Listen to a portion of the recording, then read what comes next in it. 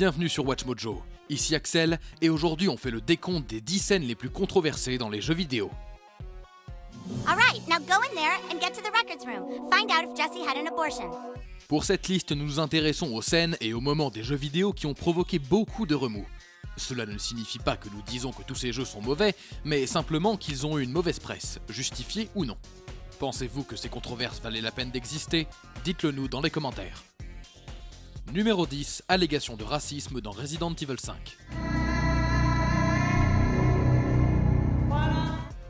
Dès la révélation de la première bande-annonce de Resident Evil 5, le jeu a commencé à susciter la controverse.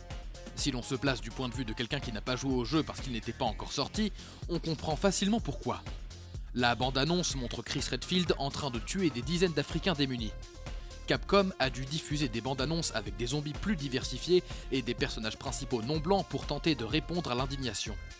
La controverse s'est quelque peu dissipée lorsque le jeu est effectivement sorti, mais beaucoup pensaient encore qu'il s'appuyait sur des stéréotypes racistes. More and more I find myself wondering if it's all worth fighting for. Numéro 9, sous-entendu involontaire dans Tomb Raider.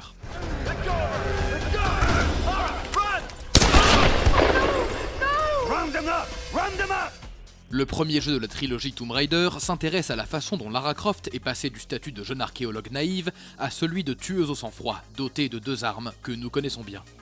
Et il s'avère que cela s'est produit parce qu'elle a été forcée de vivre une situation hautement traumatisante où elle a été kidnappée, attaquée et mutilée à maintes reprises. Une scène litigieuse du premier jeu montre un homme qui semble sur le point d'agresser physiquement Lara et qui finit par la tuer si le joueur n'exécute pas correctement un QTE. Crystal Dynamics a dû expliquer plus tard que la scène n'était pas intentionnelle, mais lorsque vous mettez un personnage féminin dans une telle situation, les choses sont implicites.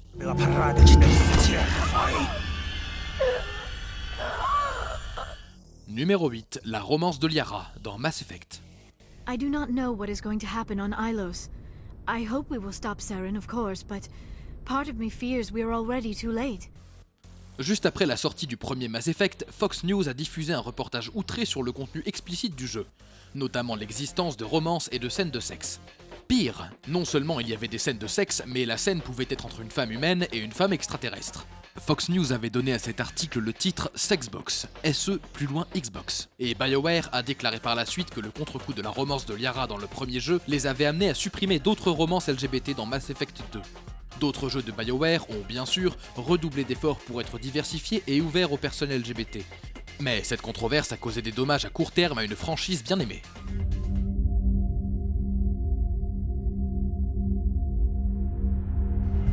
Numéro 7, les trucs habituels, dans South Park et le Bâton de la Vérité. Hi, here for an abortion? It's okay, don't be scared. The first one's always the scariest. Take room A, second door to your left. Comme il s'agit d'un jeu South Park, il était évident qu'il allait être rempli de contenu choquant. C'est tout l'intérêt de South Park après tout. Mais si le jeu est arrivé intact au lancement en Amérique du Nord, il n'a pas eu autant de chance dans les autres territoires. Et de nombreux contenus ont dû être coupés dans les versions pour console. Plus précisément, toutes les scènes où les personnages sont enlevés par des extraterrestres et sondés ont été censurées, ainsi que d'autres scènes se déroulant dans des instituts médicaux. Mais cette décision n'a pas été prise à la demande des régulateurs européens, mais par Ubisoft, pour éviter tout problème potentiel.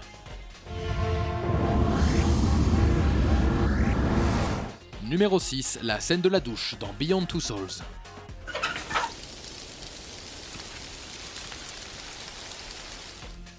De nombreux jeux vidéo comportent des scènes de douche. Se doucher est quelque chose que la plupart des gens font presque tous les jours, sauf si vous jouez à Smash. Alors pourquoi cette scène de douche est particulière dans Beyond Two Souls ?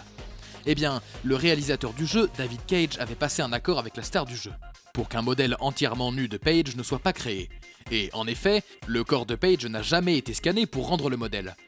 Étant donné qu'on ne voit jamais de modèle entièrement nu avec les angles de caméra scénarisés, il n'était pas nécessaire d'en créer un. Cependant, Quantic Dream a construit un modèle entièrement nu pour ces scènes, sans tenir compte des souhaits de Page, et les images ont été divulguées en ligne. To my new apartment. Numéro 5, la fin dans Mass Effect 3. The archives tell the true story of those who came before us. They fought a terrible war, so we wouldn't have to. Quasiment personne n'a aimé la fin de Mass Effect 3. Après 5 années d'accumulation, vous vous retrouviez face à 3 choix codés par couleur, dont l'un nécessitait une tonne de contenu supplémentaire, notamment multijoueur, pour être débloqué.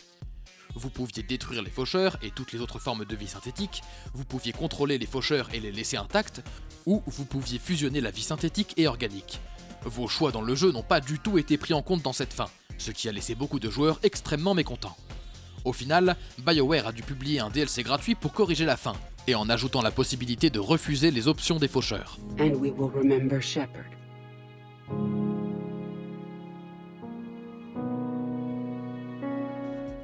Numéro 4, une critique qui ne passe pas, dans Grand Theft Auto 5.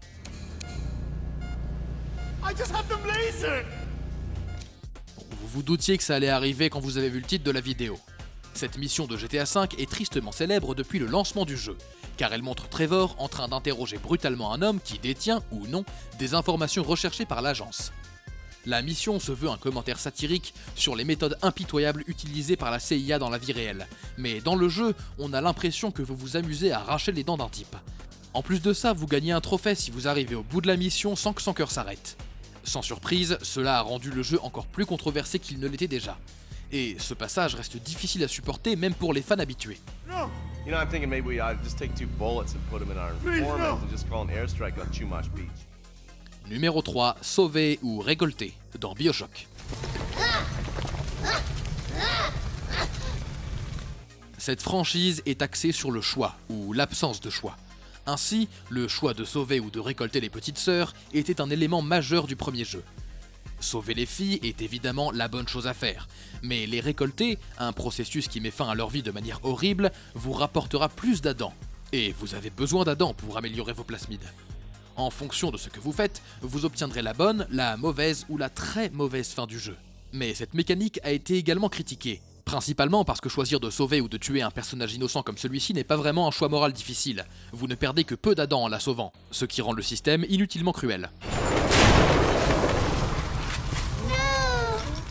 Numéro 2, Hot Coffee, dans Grand Theft Auto San Andreas. You want coffee, baby? Bien que Rockstar n'ait jamais eu l'intention que quiconque voit ce mini-jeu intime, cela n'a pas empêché les modeurs de le trouver sur le disque du jeu et de le mettre en ligne pour que tout le monde puisse y jouer. Et non, vous n'aurez pas les images. Cela a provoqué une controverse, car si l'équivalent de Peggy aux États-Unis avait eu connaissance de ce contenu, San Andreas aurait été classé dans la catégorie adulte seulement, au lieu de la catégorie mature. Les parents mécontents se sont moqués de Rockstar pour l'existence de ce mini-jeu, même si Rockstar a ensuite publié des mises à jour pour empêcher les joueurs d'y accéder, parce qu'il était inapproprié pour les enfants. Parce que GTA c'est un jeu pour enfants.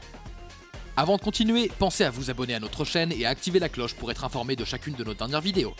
Vous avez la possibilité d'être notifié pour des vidéos occasionnelles ou pour toutes nos vidéos. Et si vous êtes sur votre téléphone, assurez-vous d'aller dans vos paramètres et d'activer les notifications. Et le numéro 1 de cette liste est la mission Pas de ruse dans Call of Duty Modern Warfare 2.